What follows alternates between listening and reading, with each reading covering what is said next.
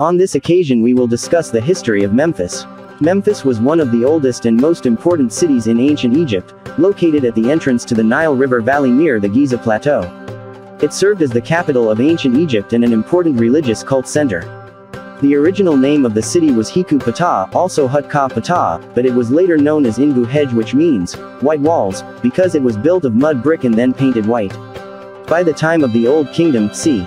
2613-2181 BCE, it was known as Men Nefer, the enduring and beautiful, which was translated by the Greeks into Memphis.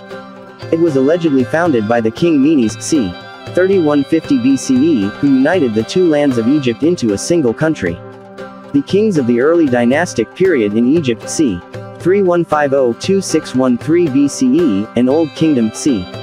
2613-2181 BCE, ruled from Memphis, and even when it was not the capital, it remained an important commercial and cultural center.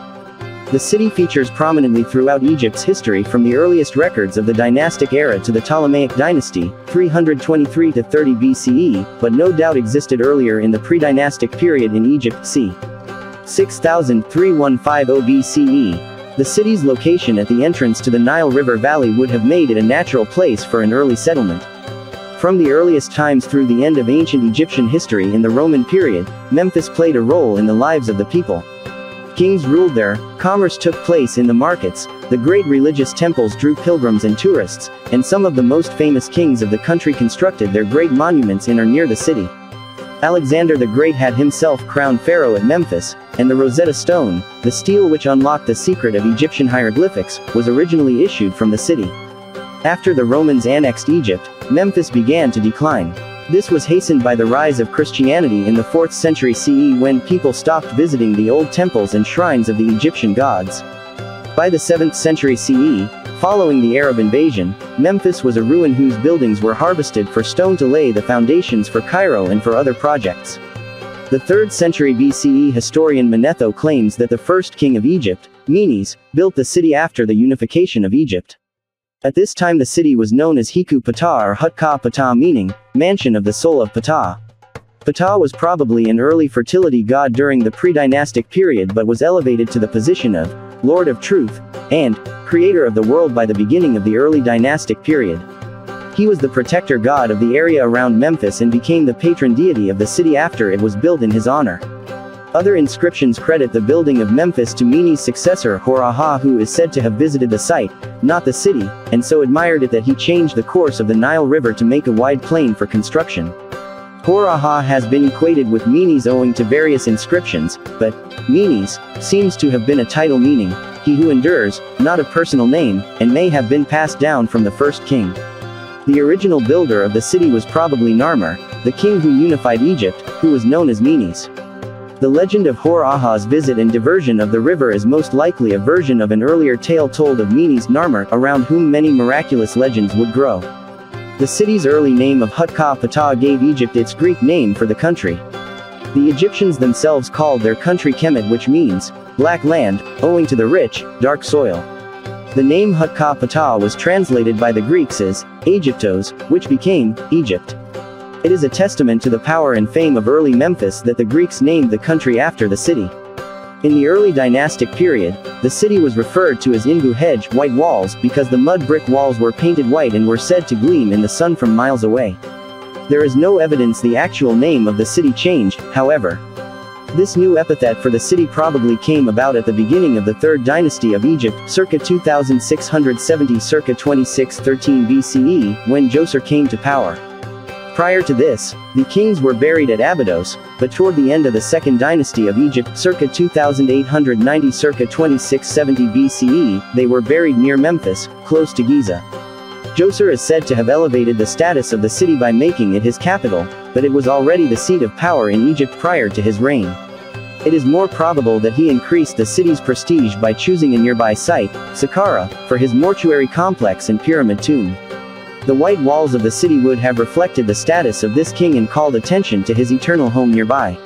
Egyptologist Catherine A. Bard writes, the North Saqqara Cemetery is on a prominent limestone ridge overlooking the valley, and the presence of large, elaborately niched superstructures would have been very impressive symbols of status. Shaw, 72. The city walls may have been painted white to further reflect this status. According to Egyptologist Toby Wilkinson, it was not the walls of the city but those of the central palace whose walls were painted white and gave the city its epithet. During the Old Kingdom the city continued as the capital. King Sneferu, c. 2613-2589 BCE, reigned in the city as he commissioned his Great Pyramids. Sneferu perfected the art of pyramid building and work in stone which had been initiated by Djoser's vizier and chief architect Imhotep c. 2667-2600 BCE, at Saqqara. Sneferu's successor, Khufu, c. 2589-2566 BCE, would build on his success to create the Great Pyramid at nearby Giza. His successors, Khafra, c. 2558-2532 BCE, and Menkaure, c. 2532-2503 BCE, built their own pyramids thereafter him. Memphis, as capital, was the seat and source of the intricate and far-reaching bureaucracy which enabled these kings to organize the kind of labor force and resources necessary to build their enormous complexes and pyramids. By the time of the first king of the 5th dynasty, Userkaf, c. 2498-2491 BCE, Giza was a flourishing necropolis administered by priests of the gods and featuring all the aspects of a small city including shops, factories, temples, streets, and private homes. Memphis continued to grow at this time as well and mirrored the developments at Giza.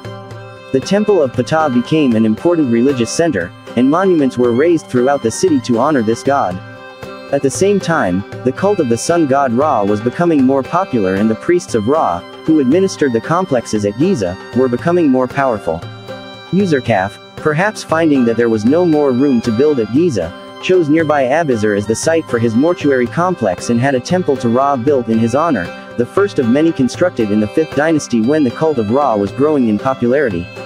Memphis continued to serve as the capital during the early part of the era known as the First Intermediate Period c. 2181-2040 BCE.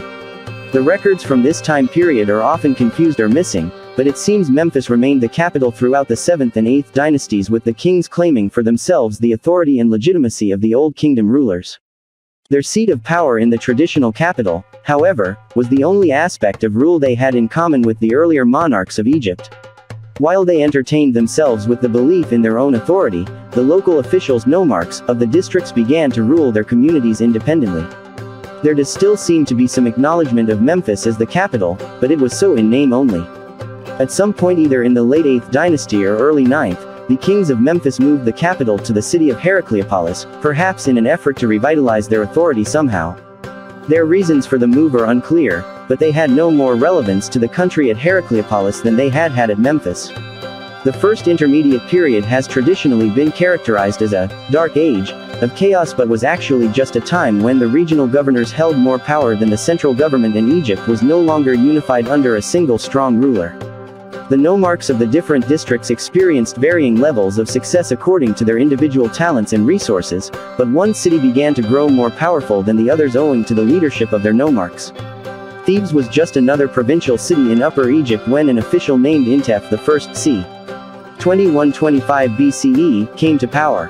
Intef I energized the Thebans and challenged the authority of the kings at Heracleopolis. His successors continued his policies, warring against the weak central government, until the reign of Mentuhotep II c.